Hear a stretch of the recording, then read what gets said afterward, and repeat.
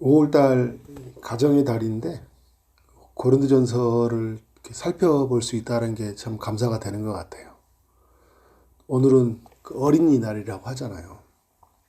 우리 다음 세대에 세워져가는 이 아이들, 이 험난한 세상에서 어떻게 그들이 믿음으로 자랄 수 있을까?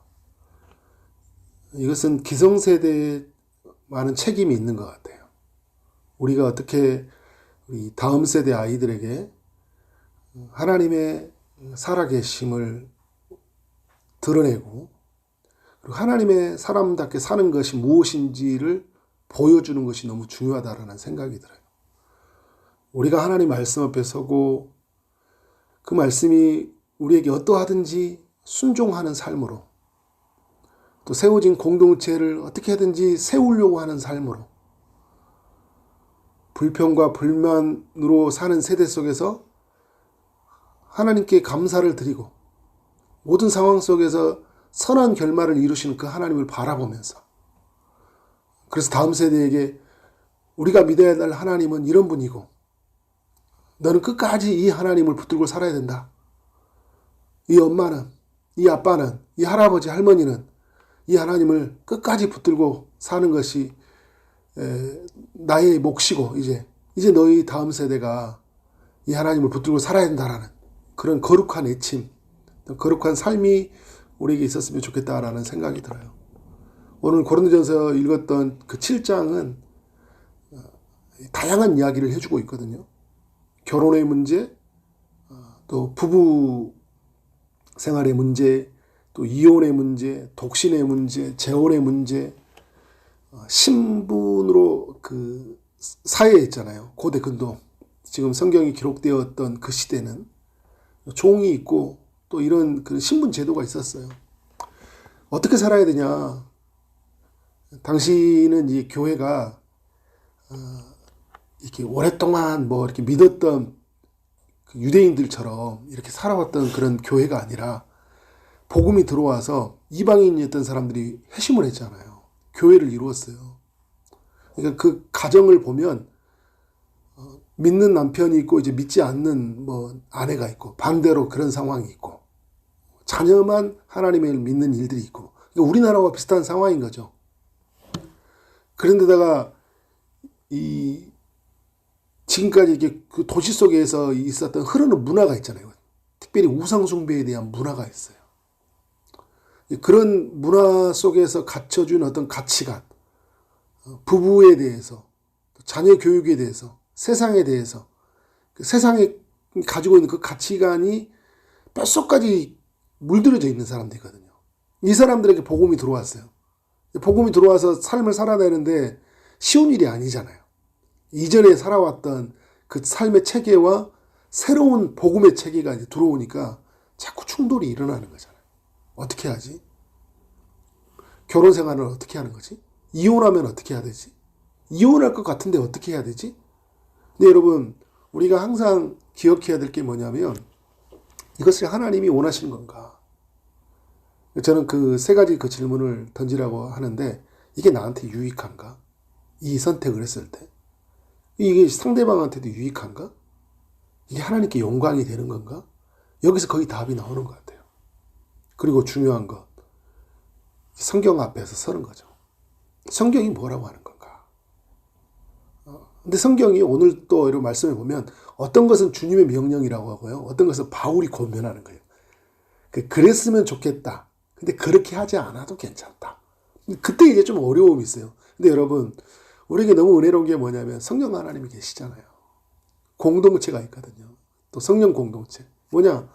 성령님을 통해서 하나님, 내가 무엇을 선택하기를 원하십니까? 이게 하나님 보시기에 영광이 됩니까? 이게 나에게 유익이 됩니까? 다른 상대방에도 유익이 됩니까? 이게 하나님께 영광이 됩니까? 그렇죠? 오늘 나에게 주신 이 말씀이 무슨 의미입니까? 라고 이렇게 물어보는 거죠. 그리고 공동체와 함께 나누는 거예요. 기도 제목을 나눠보고. 세상적 가치관으로 서로 권면해 준 게 아니라, 이제 공동체가 함께할 책임이 뭐예요? 말씀에 비춰서, 하나님 말씀에 비춰서 하나님의 뜻에 의해서 해석해주고 같이 기도해주고 그렇게 해야 되겠죠. 그런데 그 순간에 세상적인 가치관에 물들여 있는 사람이 영향을 줘요. 나쁜 영향을 줘요. 아, 이렇게 하면 안 된다고. 그렇게 하면 안 된다고. 그게 여러분 다 죽는 거예요. 그 사람 죽이는 거예요.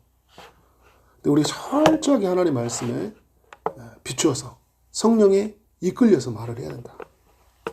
여러분, 어떤 한 사람에게 결혼은 너무나 중요한 일이잖아요. 결혼은 너무나 중요한 일이에요. 부부 생활에 관한 문제는 너무 중요한 일이에요.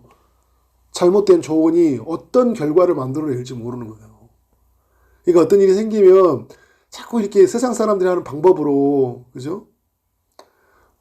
이런 구도로 권면해주고 말해주면 안 되는 거예요. 야, 너 그러니까 이혼해. 이런 이야기를 하면 정말 이건 나쁜 짓인 거예요. 그러다가 여러분 이혼하면 어떻게 할 거예요? 그죠? 너 이러면 그때 어떻게 하는 거예요? 혼자 살아. 근데 여러분, 독신으로 살 때도 사도 바울이 권면을 하지만 이게 명령이 아니잖아요. 그죠? 오늘도 말씀해 보면 독신에 관해서 어떤 이야기예요? 육체적인 정욕을 이기지 못하면 결혼해라, 차라리. 그죠? 잘 이기지도 못해. 그런데 자기가 그래, 일도 안 되고 관계를 이루는 게 너무 힘들어, 사람들과. 그러니까 뭐라고 하는 거예요? 혼자 살아. 이건 어떤 거예요? 지극히 내 생각인 거예요. 그리고 혼자 사는 세상이 아니잖아요. 그죠? 모든 것은 어떤 것을 가야 되냐면 하나님 말씀 앞으로 가야 되고 신중해야 되고 뭔가를 여러분 조언해 주려면 신중해야 돼요. 그 사람이 한 인생이 달려있다니까요. 공동체에 문제가 달려있는 거예요. 그죠? 그런 면에서 우리가 신중하고 또 잘못되어 있으면 어떻게? 돌이켜야 되고 돌이키는 거죠. 맞지? 그래 여러분, 이 바울이 있을 때는 아직 성경이 완성이 될 때가 아니잖아요. 성경이 이제 신약 성경이 기록되고 있는 그런 시기고, 그러다 보니까 이제 성경은 이제 구약 성경을 가지고 이제 인용을 하는 거예요. 결혼의 문제를 어떻게 해야 되느냐. 그래서 보면 여러분, 그 7장 1절도 이렇게 할 때 남자가 여자를 가까이 아니함이 좋으나 이렇게 이야기하면서 그 음행을 피하기 위하여 남자마다 자기 아내를 두고 여자마다 자기 남편을 두라 이야기하고 있어요. 근데 결혼을 할 때 우리는 사랑하고, 그죠? 행복한 생활을 하기 위해서 결혼을 이제 이야기하는데, 오늘 고린도전서 이야기할 때는 음행의 문제를 꺼내면서 결혼의 이야기를 꺼내는 거예요. 그러니까 당연한 거죠. 우리가 하나님 안에서 서로 사랑하고 창세기 2장의 원리를 따라 돕는 배필로서, 또 에베소서 5장의 이야기처럼 교회와 그 그러니까 예수님과의 관계처럼 신랑과 신부는 그런 관계를 이루어야 되거든요. 서로 순종하고 사랑하는 거, 결혼의 중요한 덕목입니다. 그런데 여러분, 오늘 말씀해 보면 음행이라는 단어를 쓰고 있어요. 그러니까 우리가 이제 이렇게 생각할 수 있거든요. 세상을 살아가면서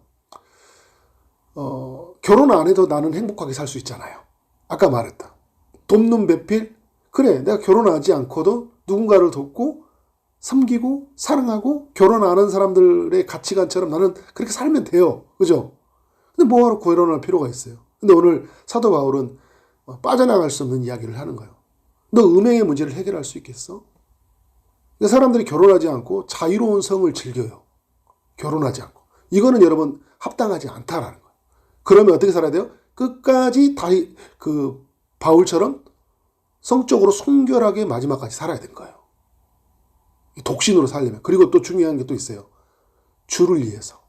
주의 나라를 위해서 독신으로 사는 거예요. 그죠?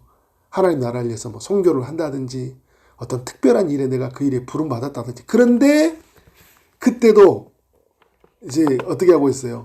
9절에 말씀한 것처럼 정욕이 불같이 타오르면 어떻게 하는 거예요? 결혼하라는 거예요. 그것 때문에 시험 들고 그것 때문에 그냥 좌절하고, 그죠?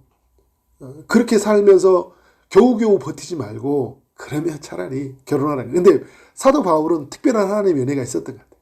그 부분을 이길 수 있는 힘이 있고 또 자기에게 주신 사명이 너무 크니까, 그래서 이제 그런 부분에 나가는 거잖아요. 그러니까 말씀을 잘 보고 잘 적용할 줄 알아야 되는 거예요. 그래서 이게 결혼이라는 이야기가 왜 1절에서 이렇게 이야기를 시작을 할까? 사람들에게 빠져나갈 수 없는 틈을 성경이 이렇게 우리에게 제시를 하고 있는 거예요. 이 부분 피해갈 수 있어? 이 부분 너는 지킬 수 있냐라는 거예요. 네, 여러분 이제 3절은 이야기하고 있어요. 그럼 결혼하면 어떻게 하느냐. 그렇죠? 남편은 그 아내에 대해서 의무를 다하고요. 아내도요. 그 남편에게 그렇게 할지니라 이야기하고 있어요. 4절, 5절 쭉 보면 이 성적인 문제에 대해서 의무를 다하는 면들을 이야기하고 있고, 또 우리 믿음의 사람들의 전체적인 관점에서는 뭐냐면 마태복음 5장 산상수훈과도 연결해 봐야 되는 거예요. 여러분, 마음으로도 음욕을 품에 간음했다 이야기를 하잖아요. 그죠? 마음으로 누군가를 미워하면 살인했다 이야기하는 거예요. 그러니까 정서적으로 마음으로도 우리가 어떻게 하는 거예요? 음행하면 안 되는 거죠. 철저하게 우리는 어떻게, 하나님의 사람들은 그 의무를 다하는 거예요. 이게 의무예요, 의무. 근데 유혹 많은 세상에서 내가 마음으로까지 다 순결함을 지켜가는 게 얼마나 힘들어요. 그죠? 그래서 우리의 마음을 지키도록 하나님의 성령을 보내셨고, 하나님의 말씀을 우리 마음에 뒀다고 하잖아요. 그러니까 마음에 둔다고 하잖아요. 그죠? 그러면 우리가 성령님을 구해서 어떻게 하는 거예요? 말씀이 내 마음에 머물어서 내 마음으로부터 음행이 일어나지 않게 하고, 그리고 말씀과 성령이 내 삶 전체를 주장해서 어떻게 하는 거예요? 음행의 자리로 가지 않게 하는 거예요. 그리고 내게 허락한 이 배우자만 바라보고 그 배우자와 함께 한 인생을 또 누구를 바라보고 살아가는 거예요? 하나님을 보고 살아가는 거예요. 이게 여러분 하나님의 사람들의 이야기예요. 5절도 이렇게 이야기할 때도 어떤 기도할 틈이 있을 때는 서로 떨어질 수 있죠. 그죠? 하나님 앞에서 어떤 작정 기도하고 또 떨어져 있어야 될 때. 근데 그건 뭐라고 하냐면 합의상 그러잖아요. 서로 협의하라. 부부상, 부부의 이야기를 들어 항상 협의하는 거예요. 절제하지 못함으로 사탄이 너희를 시험하지 못하게 하라. 여러분, 우리가 어떤 틈이 생기면요, 사탄은 아주 교묘하기 때문에요, 그 사이로 들어옵니다. 이건 여러분 부부 생활뿐만 아니에요. 우리 교회 전체, 우리 사회 전체의 문제예요. 그 틈만 생기면 사탄이 들어옵니다. 우리를 어떻게 갈라서게 해요. 공동체를 갈라서게 합니다. 이 사회로부터 갈라서게 해요. 부부로부터 갈라서게 한다니까요. 틈 조금만 생겨보세요. 틈을 주지 않는 거예요. 근데 그 틈을 주지 않게서 참 하나님이 말씀을 우리에게 주시고, 그리고 그 틈을 말씀으로 메우기 위해서 성령이 오셨다라는 게 얼마나 감사한지 몰라요. 성령님 주장하옵소서, 임하소서. 우리에게 이제 그런 외침들이 필요하겠죠. 10절부터 16절에서는요, 이제 결혼한 부부들이 이제 이제 부부들이 이제 이혼에 관한 문제가 생겼을 때 어떻게 해야 되냐라는 거예요. 근데 중요한 건 뭐냐면 우리 믿는 자들은 어떻게 하냐, 이혼하면 안 된다 이야기하고 있어요. 마태복음 19장하고도 연결해 봐야 되겠죠. 예수님이 말할 때 어떻게 하는 거예요? 갈라서지 못하게 해요.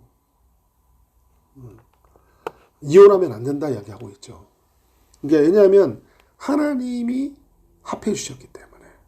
그러니까 제가 이 자녀들이 하나님 앞에서 결혼 생활하는 건 너무 중요하거든요. 왜냐하면 하나님이 나와 당신 사이를 연결했다. 이것이 빠져버리면 뭐냐면 나와 배우자만 있는 거예요. 그러니까 어떻게 하는 거예요? 감정이 뒤틀리고 서로 성격이 안 맞고 뭔가 문제가 생기면 어떻게 하는 거예요? 너무 쉽게 갈라질 수 있어요. 근데 하나님이 그 사이에 있으면 어떻게 해요?